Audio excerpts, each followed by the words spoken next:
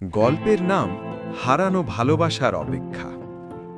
একটা সময় ছিল যখন তারা দুজন প্রতিদিন সন্ধ্যায় নদীর ধারে বসত।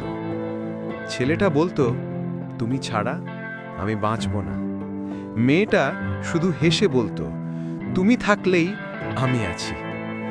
কিন্তু একদিন ভাগ্য আলাদা করে দিল তাদের। ছেলেটা ফিরে এলো নদীর ধারে একা। তার পাশে আর কেউ নেই, শুধু বাতাসে ভেসে আসে পুরনো হাসির প্রতিধ্বনি। আজও সে বসে থাকে সেই একই জায়গায়, হাতে পুরনো ডায়েরি, চোখে ভেজা স্মৃতি।